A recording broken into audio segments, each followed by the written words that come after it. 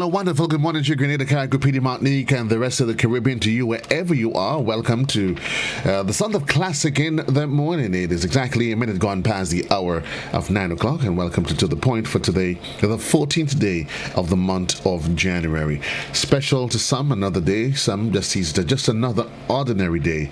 Just another day in paradise, like John Cicada. Some say it's a day of love. Some say it's just, who cares? We can't be bothered. But I'm Joseph Cadore, and welcome to the broadcast. For those of you on television, GBN's Channel 7, Channel 11, Channel 20. If you are on cable, or you're probably following us via the World Wide Web at www.gbn.gd or via our Facebook page or YouTube channel. Today, the conversation touches and surrounds love, and it's interesting. On the day that we celebrate love, quote unquote, you have three rustic guys who will be discussing love in different capacities. I want to say good morning to two of my dear friends, Tyrone Buckmeyer, director of the legal aid and counseling, and his noble sidekick, counselor, friend. He goes by a number of titles. The man ought to appear. Good morning to you, gentlemen. How are you? Welcome to the program. Well, good morning, Joseph. Good morning, Saita. Happy Monday to you both. Happy Valentine's Day. I am well. Thank you for hosting this conversation, Joseph. Today, I hope we can have some interesting and good points that can probably help the couples in our country to have a better Valentine's Day in some cases. Indeed. Otter, sidekick. Good morning. I am good. I am very good. As a good friend of mine would say, I am on top of the world. I'm not 6 feet under. Well, I normally add to that. I am on top of the world, looking down at mortals. That's where I am. Yeah, gentlemen. It's good. It's good to be here. And good morning, Grenada. It's indeed a pleasure being here. It's interesting that today being the first, working day of the week, quote unquote, depending, some would argue, but today's Valentine's Day, gentlemen, and you can see I'm representing.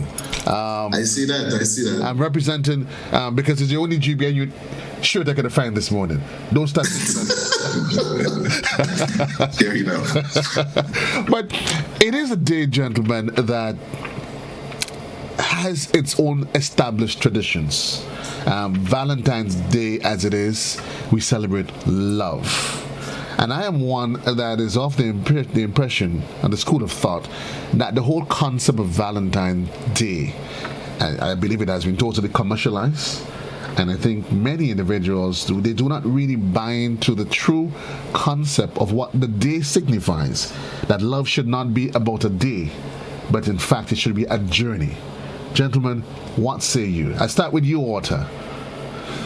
Well, Valentine's Day for many is, just as you said, a day of romance, of love, of red roses, and I love you teddy bears, and cologne, and all those niceties. And I do believe that if you are in a relationship, every day should be a day of love. It is not just a short period. It's a lifelong thing that you must embrace as long as you are in that sort of that sort of relationship that we are talking about. It's not a father-daughter relationship. It's a relationship between two individuals, two partners that profess love for each other. So it is not just up to a day. It is a lifelong thing that we should. But today, for most, is that little special occasion where you would turn up the romance and turn up the all those nice soft feelings, and sometimes our female partners look forward to it. Tyrone? I agree with Arthur. Today really should be, in some cases, almost like the icing on the cake, right? If you're in an established relationship, you care about someone, you're intimate with this person, you share affection and compassion for this person. It doesn't need one day of the year on which you celebrate that. There's a day on such as today when you might go a little further to do a couple of little extras But it really should be a continuation of that expression of your affection and love and regard for each other. And I think that one of the reasons that we really wanted to have this conversation, in fact, ties to something that you mentioned, Joseph, in terms of the commercialization of it. Because unfortunately, like so many of these significant days that are observed, the commercialization of it has caused certain unrealistic expectations. And those unrealistic expectations can sometimes make the very day very fractious, very tense and emotionally charged, because sometimes people's expectations, especially in terms of, commercial gestures, gift buying and all the rest of it, some of those expectations might be unrealistic. Because of the financial realities of the household, because of the financial realities of the couple. And let's remember that this is the 14th of February, so it's the middle of the second month of the year, after the first month of the year, which is known to be financially the hardest month of the year. So some people obviously may not be in a position to be able to really give expression, commercial expression, if you will, right, to feelings, and therefore we need to sort of urge or encourage partners to look for ways to express affection that may not be all commercial, because if the means of the family or the couple do not allow for it, people have to be understanding about that. But that calls for a certain amount of openness and communication between parties. And Arthur, I think Tyrone has just almost hit it on the head, that we can end the conversation this morning. I think very often what translates itself on the day, not just on the day itself, but possibly throughout the lifetime of the relationship, is that communication barriers that either has been removed or possibly never existed, or for whatever reason, there's a lack of understanding. Because maybe it's possibly that either one, they are communicating, but maybe it's not in the right language, Arthur, and that adds to it. Yeah, most definitely. Let me tell you, communication is a lifeline of any relationship, right? The thing is, let's just go back to basics. When you are an individual, we consider you to be alone, right? You're not in a relationship, you're by yourself.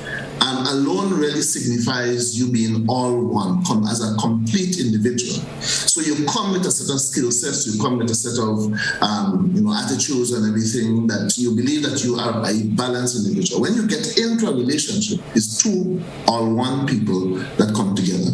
What we are trying to do in that regard is try to fit in like a cog in a wheel, right? So that we can understand each other and all that. Too often, though, sometimes the focus is on intimacy, and the focus is on sex, and not necessarily communication. So you get a lot of talk. In fact, some people spend hours on their cell phones all over the night, and they're talking a lot of nothings, right? They're dropping asleep and they're talking a lot of nothings. And we sometimes don't really get into what would allow us to gel. How do I get to understand the type of individual that you are? And I'm able now to make the adjustments so that you could fit into my life comfortably, so that at the end of the day, we have a mutual understanding. Too often, we don't talk about our relationships, especially if the relationship has some age. We don't spend time discussing, some of the changes, because there might be subtle changes as time go on. Right. Some of the changes that are taking place, some of the maturity and the growth that is taking place, and how it might affect the other individual. So today should be a very good day to do that. You've asked this. It's interesting as you grow. We talk about as the relationship matures, Tyrone. And one of the challenges that is it possible as you mature as an individual? Some have argued you grow, you develop. I saw a saying, there was a quote that says, regarding a guy was saying, you would imagine the things that he now smiles and laughs at, now that he's turned 50. Things that at 20 years ago that got him angry. But I think ultimately, gentlemen, you would agree that it should be about support. support financially, physically, because I want people to appreciate that our conversation today is not just about the love component of it. That's one thing. Right.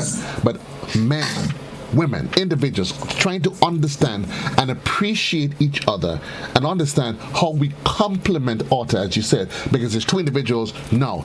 And Talbot, that's very often that's where the challenge comes in. You come with your baggage, she has her own baggage. You meet, kaboom. Yeah. Well, it's, there's so much to unpack there because, some people have been together for years and they haven't even yet defined what they're in. Hold on. So complicated. Slow. I'll get to it. Okay, that's interesting. They haven't even decided yet what they're in. Some people are in relationships that last for years, They really haven't made a commitment to each other. They committed to an idea of romance, of love, of sexual intimacy, of even friends with benefits. But they haven't decided, is this somebody I'm really interested in as a person? Invest my time and life in, because some people end up staying together by default. Every time they they kind of get to the place where they realize I probably don't want to do this anymore, they think of why they probably should, and sometimes the reasons are complicated: financial dependency, children have come into the picture, and all the rest of it. So people really begin by trying to define.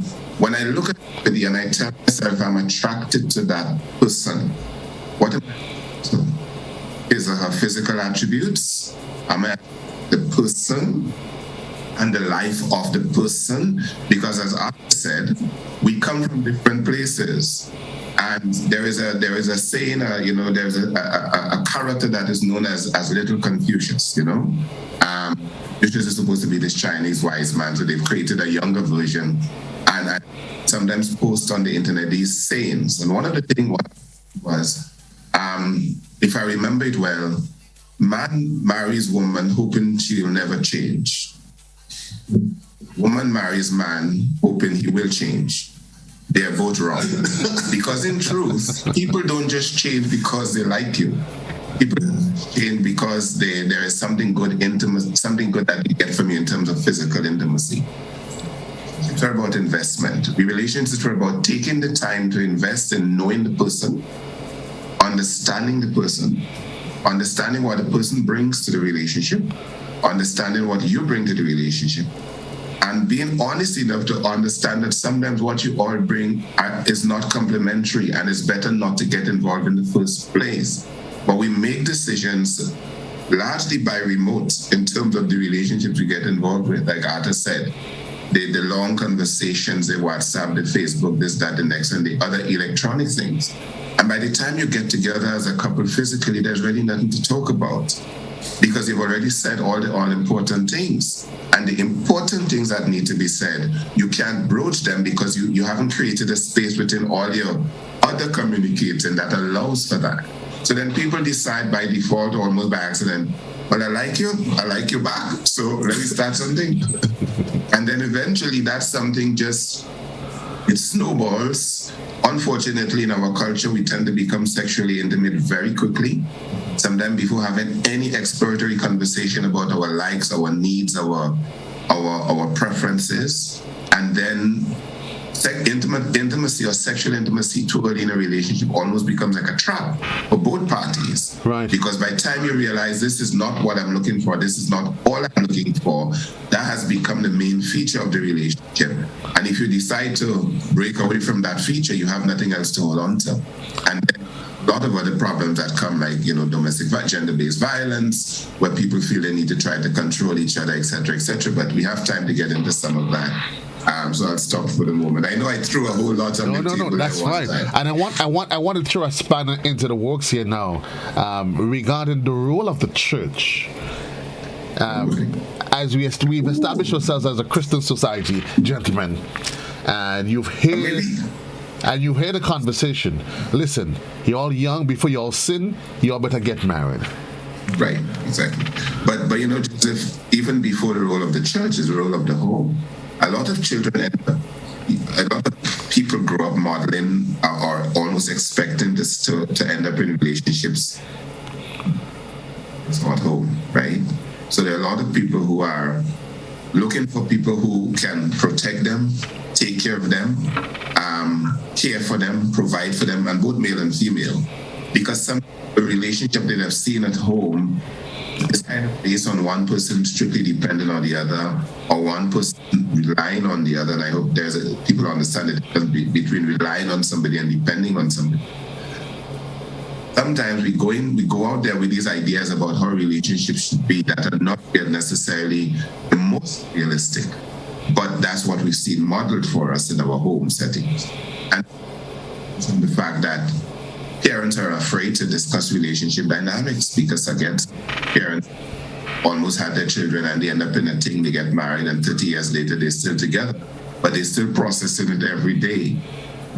So there is a role for the church. There is a role for the family unit in the child's infancy, in the early stages of the child's development. And then, of course, you're right, Joseph, about sometimes where the church tends to pull this one that, well, two people smile at each other before you all do anything sinful, or you better marry and make it right in the sight of God. And churches do, to their credit and in their defense, they do offer some version of marital counseling, but it's very different in a lot of cases. And I've gone through 2 sets of marital counseling, and I'll tell you, I think I benefited from it to some extent. But now that I'm seeing certain things that have manifested in the marriages later, I'm saying, how come the pastor doesn't help us to deal with it? So not to trivialize any of it, relationship seriously, and our role is to try to encourage persons and help persons to enjoy the best of their relationships, understanding that there are going to be difficulties, and them to be realistic about addressing those difficulties. And alter the relationship suffer. Alter that the reality is that difficult time is going to come. It's not if, maybe, perhaps. It is going to come. And very often we get into these relationships with this, it's just like a storybook affair. Boy meets girl, boy and girl gets married, and they all live happily ever after. And they walk off hand in hand in the sunset. Walk off hand in hand into the sunset. But then the sun sets, and then you wake up and you realize, it's morning again. What have I got myself in? What have I got? What have I got? How do you deal with that element of it, though? Somebody said that marriage is certainly just more than love. And I think love in the context of all its romantic, soft feelings. It is really and truly two persons really trying to live together and to make a future together. But it takes more than just marriage counseling.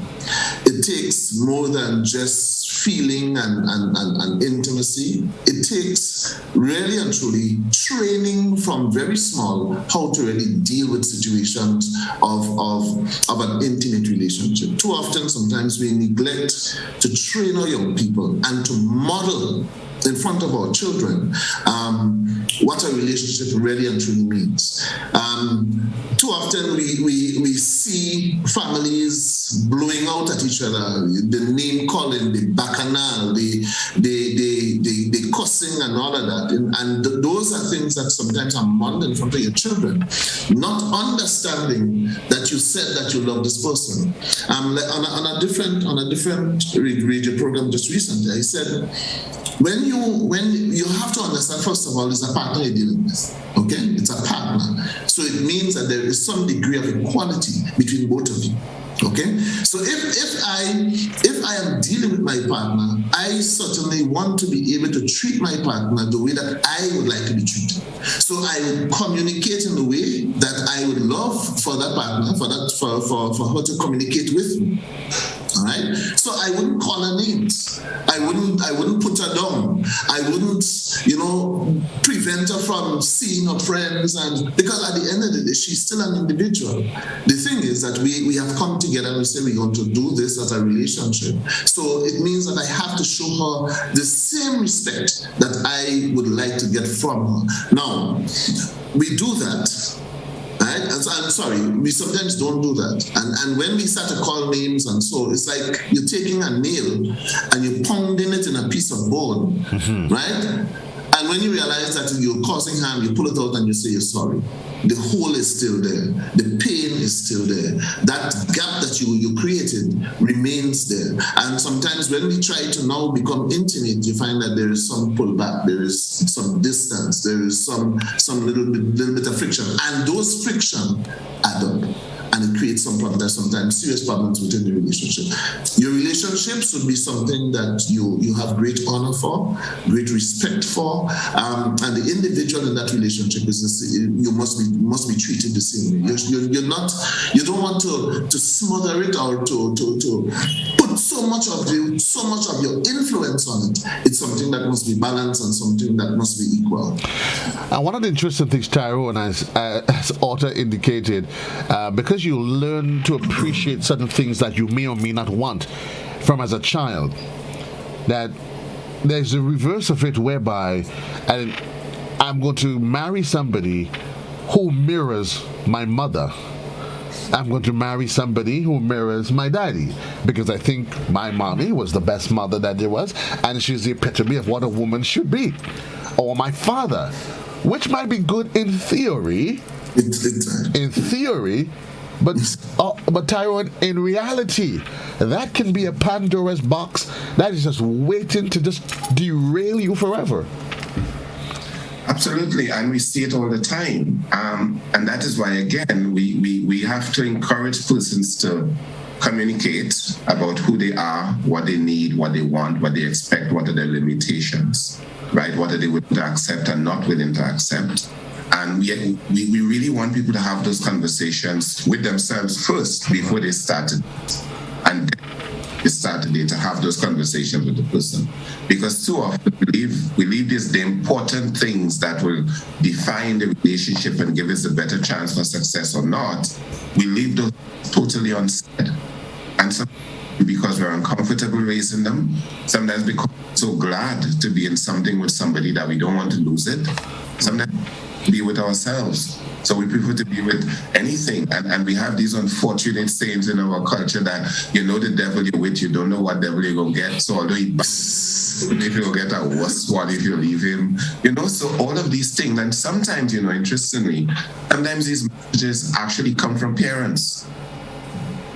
It's back into abusive relationships time and time again by telling, no, he's a man and men just do that. And if you just try to be more understanding, try to be more loving, don't get him vexed now. Why does always be getting him vexed? And some men, girls, young girls going into their first relationships, marriages, who reach a point where they feel they can't take anymore what's happening and they decide to leave, and they're encouraged to go back by their parents who tell give it another chance, be not so bad. It have worse people in the world, So we do a lot of destructive, what we call counseling, a lot of destructive advising, and that do not really serve the persons in relationships. And the other thing is, of course, that we have our expectations. We have our own ideas about what a man should expect in a relationship. And then, of course, we end up sometimes dating partners who they ain't interested in that. Your expectations are yours. And I have often said, I don't have a responsibility to fulfill your expectations. I like to know what they are. And I like to the best effort I can to ensure that if we're going to try to do this together, we do it together. But some of the expectations might really be unreasonable. And people need to be able to talk that out. And the people must also always leave themselves the doorway. If it doesn't work, be honest about yourself, honest with yourself, honest with your partner. If it doesn't work, save both of you some grief and just leave. Leave before it gets toxic. And I could just see Arthur that when that went out on the airwaves, I could see some people, they lean back in the chair and they start saying, what is wrong with Tyrone Buckmeyer? Nothing is wrong with him, Grenada. Well, I can tell you, though, it is 26 minutes gone past the hour in the morning time. It is Valentine's Day. We're talking love, relationships, and believe me, you're getting it from the perspective of an all-male cast this morning. We take a quick commercial break, though, and we'll be right back. When we come back, we'll talk about the expectations, and gentlemen, and how those unfulfilled expectations can lead to disappointment, and that can then translate itself into violence, which is one of the core challenges that we have within our society. Quick commercial break. To the point. We'll be right back. Get ready for a season of Grooving Smooth and Live on GBN. Grooving Smooth and Live is a 1-hour performance gig every Thursday from 8 p.m. featuring performances from our local musicians and short interviews discussing all things musical. Every Thursday, a different musician and a different instrument will be featured, from the violin to the saxophone to the trumpet, guitar, and steel pan. Our local musicians playing, improvising, and educating us on all genres of music. Join GBN with host musicians Matthias and Shireen and a special guest every Thursday at 8 p.m. It's Grooving Smooth and Live on GBN.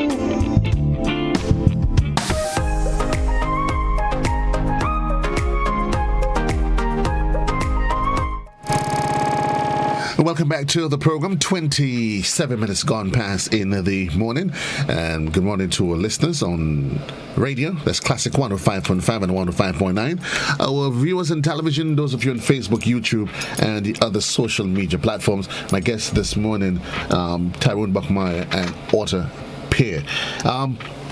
Gentlemen, before we went into the break, we, at that juncture, highlighted the challenge Otter of expectations. But before we even go to that, there's a caller that is on the line. Good morning, caller. You are live. A person, good morning. Now, quite a lot of nice things have been said, and in particular with relationships. Now, a thought came to me. I think that you should be, would I call it a club or but a forum then, where young people should meet, boys and girls, and interact. And some person there to look at the reactions, give them whatever time is suitable, and then lecture to them on the ways and habits that were exhibited at the point. Because to be just talking, and that's my view, okay, as what should be done, etc., I don't think it is enough. Again, in today's world, I don't see parents, young parents, such a what they call guidance should be left to young people.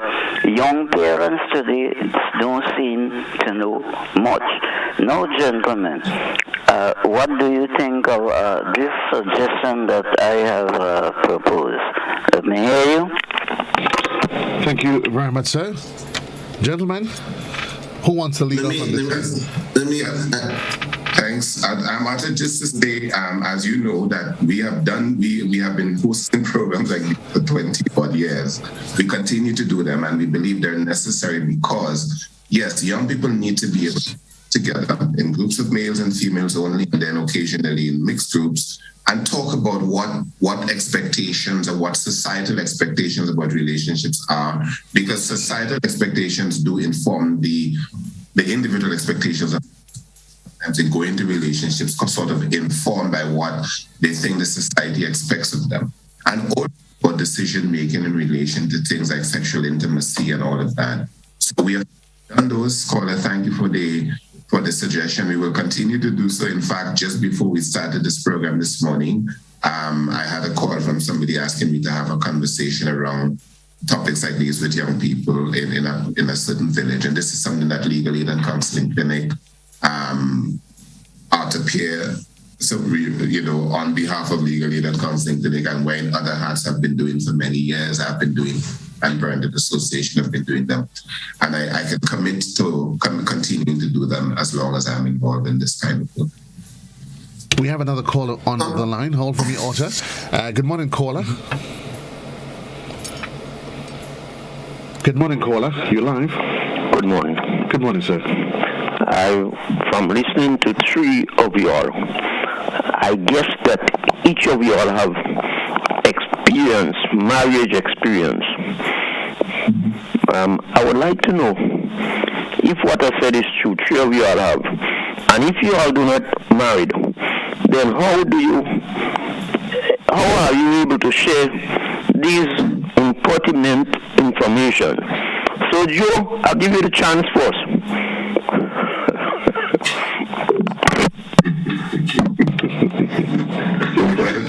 Gentlemen, should I take it? Forgive me for the yes, caller. We all have married experience. We've all been married and have children, we're parents, one case grandparent.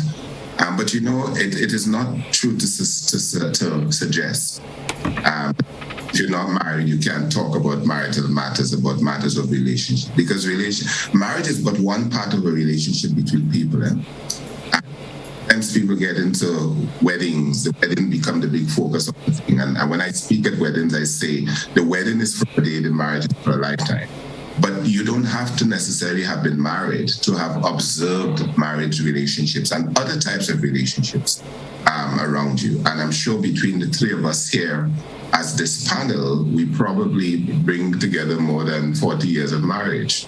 And so, yeah, we are able to speak about it from that perspective. But even if we were not married, we've also been alive and living in this country and in other parts of the world and observing relationships within our parents, families, and otherwise for decades. And the truth is, gentlemen, go ahead, Otto. Yes, go ahead. I just wanted to add two things. One, I have heard some single people talk about relationships that give me the perspective, and I talk about young people, give me the perspective that these persons know exactly what they're talking about. I always advise young people, get to know people. Go out on dates. It has nothing to do with sexuality or sex. Go out on dates. Get to understand people. When you do that, you learn more about yourself and you learn more about other people. And when it comes now for you to choose somebody that you consider that you love and all of that, you realize that you have now a more balanced approach. So you are able now to make some adjustments, maybe become a little bit more tolerant, a little bit more understanding, so that a relationship for me would work best or better when you are able to get to understand people and be able to communicate with people. And we'd all agree, gentlemen, that there is relationships, and then marriage is another component, as you said. Oh yes. Relationships is about living, whether you're married, single, you're common law, whatever you're in law, whether it's on the JOB, it's about managing your relation with another individual.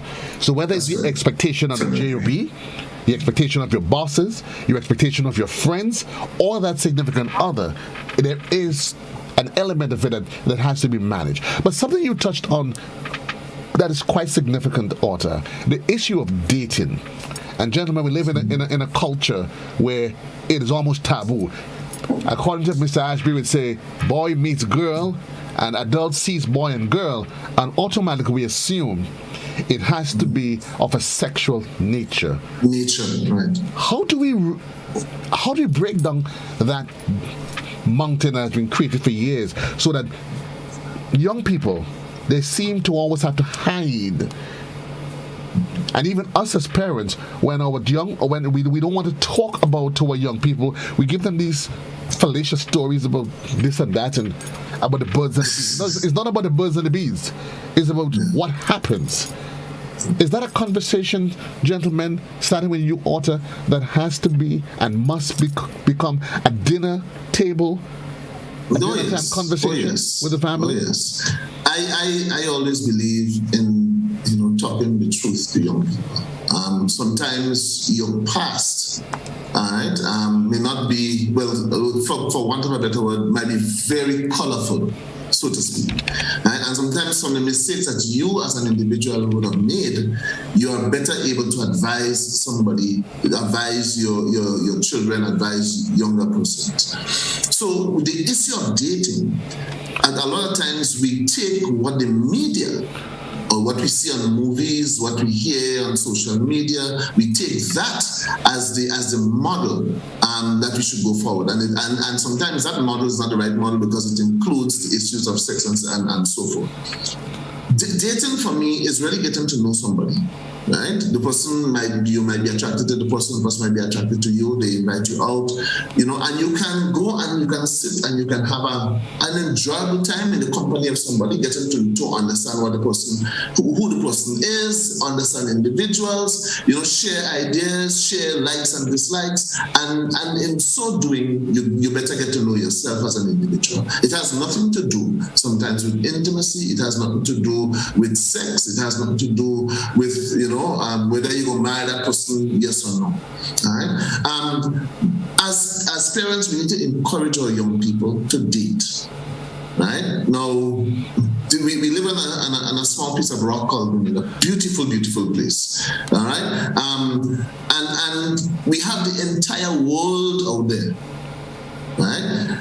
The people that you meet and you date within the confines of your country could be very vast. It's even greater when you travel abroad. And sometimes when you go there, you meet persons, and it's almost like a culture shock because they do things different. The perceptions of relationships is quite different.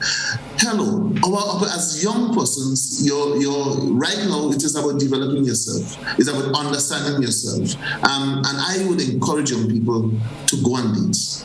Not just one person. Don't begin to go steady and figure that is the only person that you should date and all of that. You get to know people, and you could do that through dating. Parents, you need to allow your children, encourage them, talk to them about what are some of the expectations when you go on a date, and let them understand that first they have to respect and value themselves as individuals, so that you don't get into things or into situations that will compromise who they are.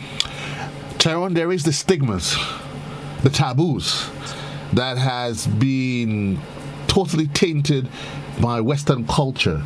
That a date, boy meets girl, and after 5 minutes, as they say, gets into her knickers. And so because of that culture, that perception that is, mommy and daddy's not going to allow it. And that perception then forces individuals, the individuals themselves, some not wanting to go into it because they assume it's going to lead into sex. And there are those who expect the sexual end results. But how do we deal with all of these taboos and the stigmas? But there are a number of ways. I mean, I want to first just make the plug that this program is part of the Menace Partners series that we began last December, and we were having conversations around gender-based violence and so on. And this is being done by Planned Parenthood Association and Legal Aid and Counseling. And I bring this up now to say specifically, in relation to dating doesn't have to be a one thing. When I was working at the Planned Parenthood Association many years ago, we had a program called the Under 20 Club. Together dozens and dozens of young children from around Grenada. We had under 20 clubs in every secondary school. Well, not every, but at least one secondary school per parish. And what those clubs did, they went out on hikes, on cleanups, on a whole host of activities where young people, male and female, from different schools and different parishes, got together in a way that was socially aware, socially conscious, because they did work that benefited the but also give them opportunities to spend time with and around other young people. So it still happen. In fact, we continue to do that. We now, in the last couple of weeks, we've had engagements, cleanups, national cleanup activities, 2 parts of Grenada, where again, there were groups of people, between 13 and maybe who came out together, spent half a day cleaning up a beach area or a mangrove area, but also having opportunities to chat, to find about each other. So while the idea of the one-on-one dating where the children seem to be preparing to go off to some clandestine arrangement might be safe, it doesn't always have to be like that. Parents can encourage their children to get involved in these kind of social programs. They can encourage children to participate in programs at school, scouts, all of those different programs that have been running for many years, where young people opportunity to interact with other persons in a totally platonic way, where there is pressure of relationship if parents encourage their children to socialize and interact with others at that level, then they are level over them going out to date on a one-on-one. It's totally minimized. And I completely endorse what Arthur is saying. Young people should be encouraged to go out with a number of other young people, them rude and nasty and promiscuous. It gives them the opportunity to understand different personality types, etc., because when young people do not have this kind of exposure and they are too quick to settle into relationships, unrealistic expectations, both on the part of the male and the female, whatever is the configuration of the relationships, you have the potential for violence occurring down the road. People suddenly realize, I don't really understand who she is. I don't understand what she's saying. I don't understand his demands. I don't know why he liked this and he would for that. And then you have issues of intimate partner violence, where because people haven't spent time exploring relationship options, exploring personality options, they end up in a relationship with somebody who has a tendency towards violence. But you will never pick that up if you just date one twice, right? And that date is heavily covered by this or overshadowed by this reality of a sexual expectation. So then violence can occur because people realize they don't know each other.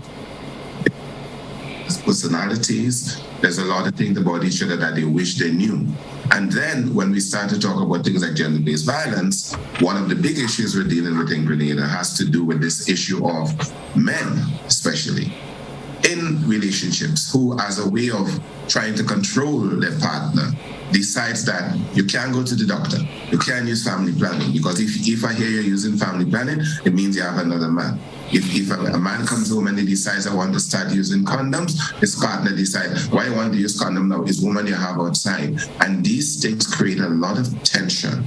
They lead to violence. And we want to encourage. We don't have a whole lot of time left on that. And I know we're kind of veering into this as if it's not Valentine's anymore. It's very much still Valentine's Day. It's very much a day when people are going to go home this afternoon expecting a gift will have been brought home for them, or know that a gift is expected. And some people are not going to get gifts because not everybody can afford to run down the road and buy the biggest chocolate and the nicest teddy bear, as much as all those are desirable. So we also need to encourage people to speak about the reality of the relationship, speak about your financial reality. February 14th is a hard day to dip in your pocket and buy $100 chocolate or teddy bear, a bottle of wine or perfume or a gold chain. Some people can do it, and if you can, more power to you. Enjoy, celebrate the day with your partner. If you cannot, don't just go home and be vexed and your face makeup from the time you wake up this morning because you know the expectation, but you know that you can't fulfill it. Don't spend your day frightened and because of fear of not being able to say that you couldn't buy the thing, you develop anger as a defense mechanism. So by the moment you're walking out and the person say, where me give, you see your lash out. Right. Be realistic, honest, because days like today, as is Christmas, remember in the program we did in December, we talked again about unrealistic expectations, right? There are certain days in the year that build a certain amount of expectation around gifting that is not realistic in a lot of Grenadian households. We want people to be really honest about it. Dr. Panchu, he actually called it dope, depression over people's expectations. Right. It is, and you can get really high on that, you know. You really get doped out because there's this expectations that this is what they're supposed to do, Arthur. And not just on Valentine's Day, but on every other day. So I expect when I go out with him, he's going to open the car door. And God forbid, he doesn't do that. Or maybe he doesn't have a car. What do you talking? What you talking about? Not just a car door. Or you expect him to pay the bill. But maybe he's not used to that because all his life he went out with mommy and daddy and mommy paid the bill. And you see it comes now, gentlemen, to the whole concept of dating. If your young people are used to going out on a social engagement, and when I said a social engagement that allow them to exercise that measure of independence, where you know what, let me dip and pay for the ice cream. When boy meets girl, it is something that he's used to, and parents should encourage it. One of the things I also want to mention is the issue of materialistic our society has become. True.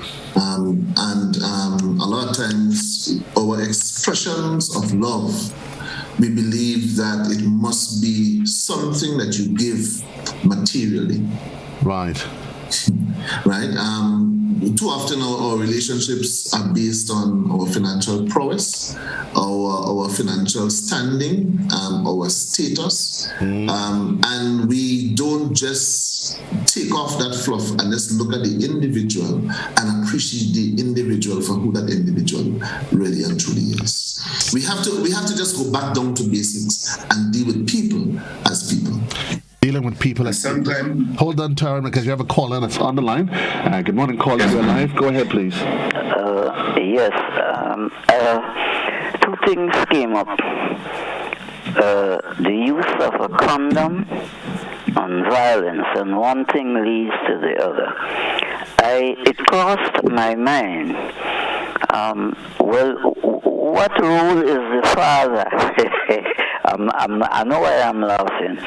Should be playing there, and as a result, father should be able to be talking to the sons. But in today's world, do we really have fathers? A guy dates a girl, all right, a child comes in on the picture, he is gone somewhere, and as a result of that, these boys grow up without a father figure in the home, and one thing leads to the other.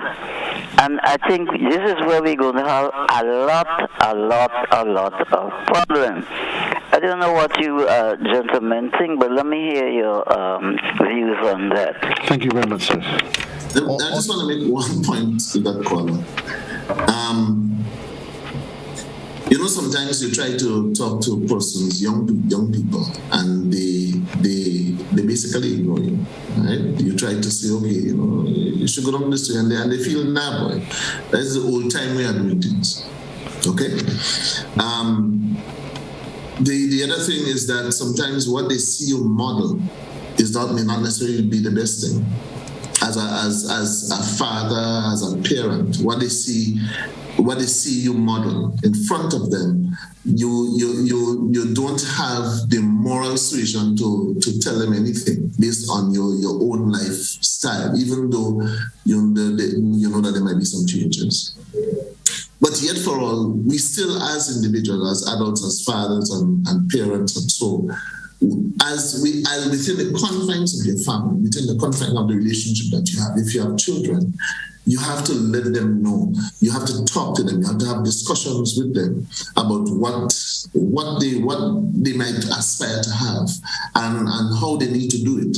Our young people sometimes look to social media, look to the media, and what we see out there, the concept that we have out there is almost a quick fix. It's almost just based on sex and not necessarily based on something that is serious and something that is serious going forward. So I've seen a lot of young men who they are ready to settle down. They are ready to take on the world. They are ready to have family, and they have a relationship with a female that certainly is not ready as yet. That individual wants to do the partying and the going out and wants to remain in that, for want of a better word, that dating mode, right? Where that female just wants to get to know people and he just wants to settle down, and then you have conflict right there.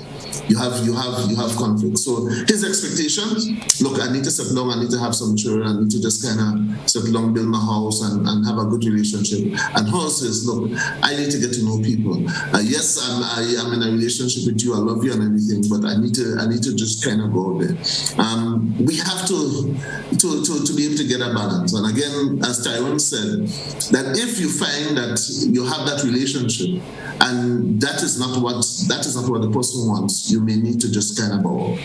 And Tyrone, very often there is a challenge of labeling, that if you decide you're in a relationship, I like you, you know what, there's some qualities I see in you that I'm okay with, but I'm also seeing some red flags and I'm kind of iffy. But is it fair that if I decide, you know what, let me see somebody else before I commit to you, the man, and here's what happened, because the man is the woman is referred to in the most derogative way, and on the reverse, gentlemen. So the woman is castigated, but the man is glorified that he is everything else. So he enjoys, and very more often, the relish of going in circles and enjoying.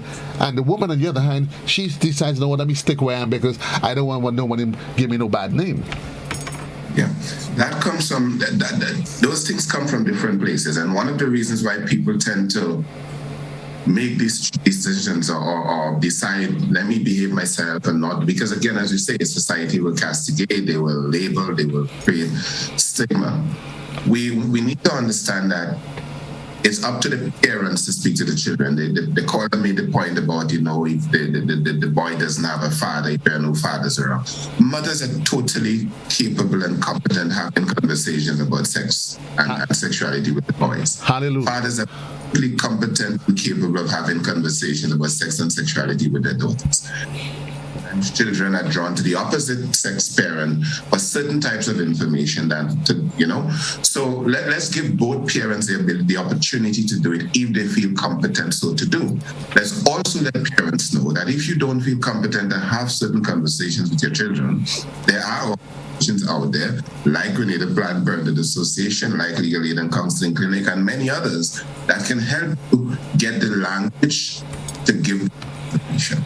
But let's not think it must be one parent's responsibility versus the other, because children gravitate to different ones of their parents for different reasons, and there are those children who may not have one or the other of their parents also for different reasons. So both parents, they just need to try to equip themselves with the information to share with their children. And it's important. It is important. Yeah.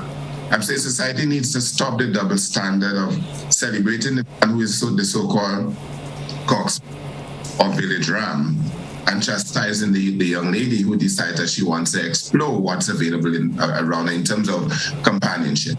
Right? We need to stop being so discriminatory and double standard and hypocrite, and let that you have the right to make the choices that are going to be at the best that are going to be there in your long-term life, where other people are not involved except side and gossip or whatever. Give people the right to make the choices that they need to. Because at the end of the day, they have to live those relationships. It's about 8 minutes on to the hour. Would you agree, gentlemen, that it's important within the context of the relationship, whether it's marriage, common law, just friends, that we play to each other's strengths? Very often we label what should be the other one's role in the relationship. And that's a different conversation for a different time, though. But you would probably think that the mother would say, when it comes to dating, go talk to your daddy. But the truth is, daddy may not necessarily have lived the best of life, he's probably just trying to find themselves. So it's what needs to be done, or vice versa. That each of you understand, as we said from the beginning, what is it that each one of us we bring into the table, and how best we can help to input and contribute to the development of our child or children. What say you?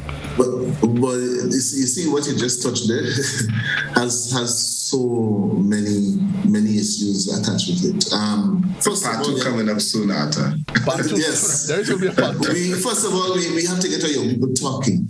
We have to get our young people. So the whole issue of parenting has to facilitate that, and it doesn't just start when the child is 14 years or 17 years. It must have started long before, right? But persons can have some very open discussions with your children, even though you may have a past that is colorful, if I want to put it that way. You can really tell children the truth and tell them some of the pains that you might have gone through from some of the bad decisions that you would have made. We have to be truthful. We have to be open with our families within the confines of a relationship. And I always put it like this: when we look at the Bible in Genesis, they said that Adam and Eve was naked before God. Okay.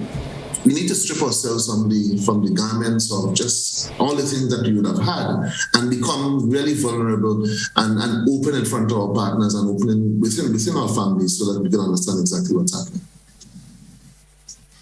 All right. Tyrone? Great, Arthur. Yes, I agree with Arthur. You have to strip all the cloak and the hide and understand that we're human beings. We can use the colorful past to help our children make better decisions. And we can use the past that was totally boring, where we were not so flamboyant. Use that too, because both of them have their merit, right?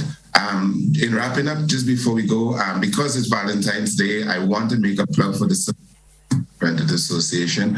Gentlemen, as part of your love language today on Valentine's Day, turn to the services of the Grenada Planned Parenthood Association. Encourage and support your partners in accessing sexual and reproductive health services, especially things like pap smears and so on, that are necessary for them to know their sexual health status. That will be of benefit to them and to the family. Go to the Planned Parenthood Association. You may not have money to buy any massive, expensive gift, but invest in something as simple as, well, it may be simple in terms of the cost, something like a pap smear. Have a conversation with your partner about contraception, about the size of the families that you want to have, but whether you already have as many children as you'd like to have and therefore don't want to have any. And make conscious decisions together with your partner.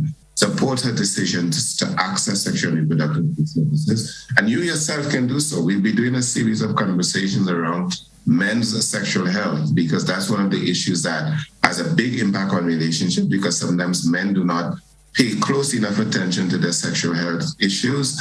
And when certain problems begin to occur at home, in the bedroom, they blame their partners. But we don't want to sour the conversation, being that it's Valentine's Day. We want you to be responsible, to be supportive, to remember that there is help out there if you don't feel comfortable talking about topics or certain topics, to access the support of those agencies that can.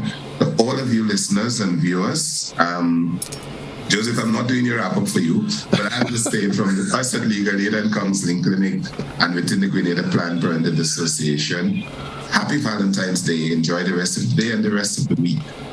Arthur Pear?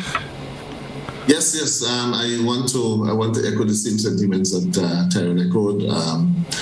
Take your partner on Valentine's Day and say, look, let's go and do a checkup. Let's see exactly what's happening with our sexual health, and let us explore some of the services that Legal Aid, that Grenada Planned Parenthood has to offer. And you could maybe they're right opposite each other, so you could maybe step into Legal Aid and discuss some issues about your relationship. Right? It is Valentine's. It is a nice day to show love and to really show appreciation to your partner. And I do hope that persons will take that opportunity and have a blessed and a wonderful day. Having a blessed and wonderful day. I often say to you, Grenada, each day you should live life and love life. You treat each day as though it's your last day on planet Earth. Let's assume that it is Valentine's Day.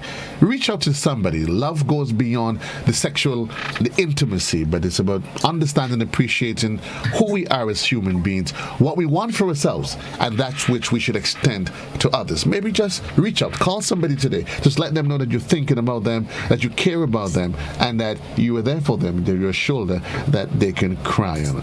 From all of us here at the GBN, each and every one of you, enjoy the rest of what February the 14th has to offer, and get into the culture of living, loving life, and being the best version of yourself. Because when you find yourself and understand who you are, it makes it easy. Of course, you would not compromise those values, and it would help you to add into the life of someone else. Until then, so long, everybody. Remind you, tomorrow being Tuesday, expected here should be persons, members of the National Democratic Congress. That conversation, of course, will come up tomorrow on To The Point. Until then, so long. Have a great one.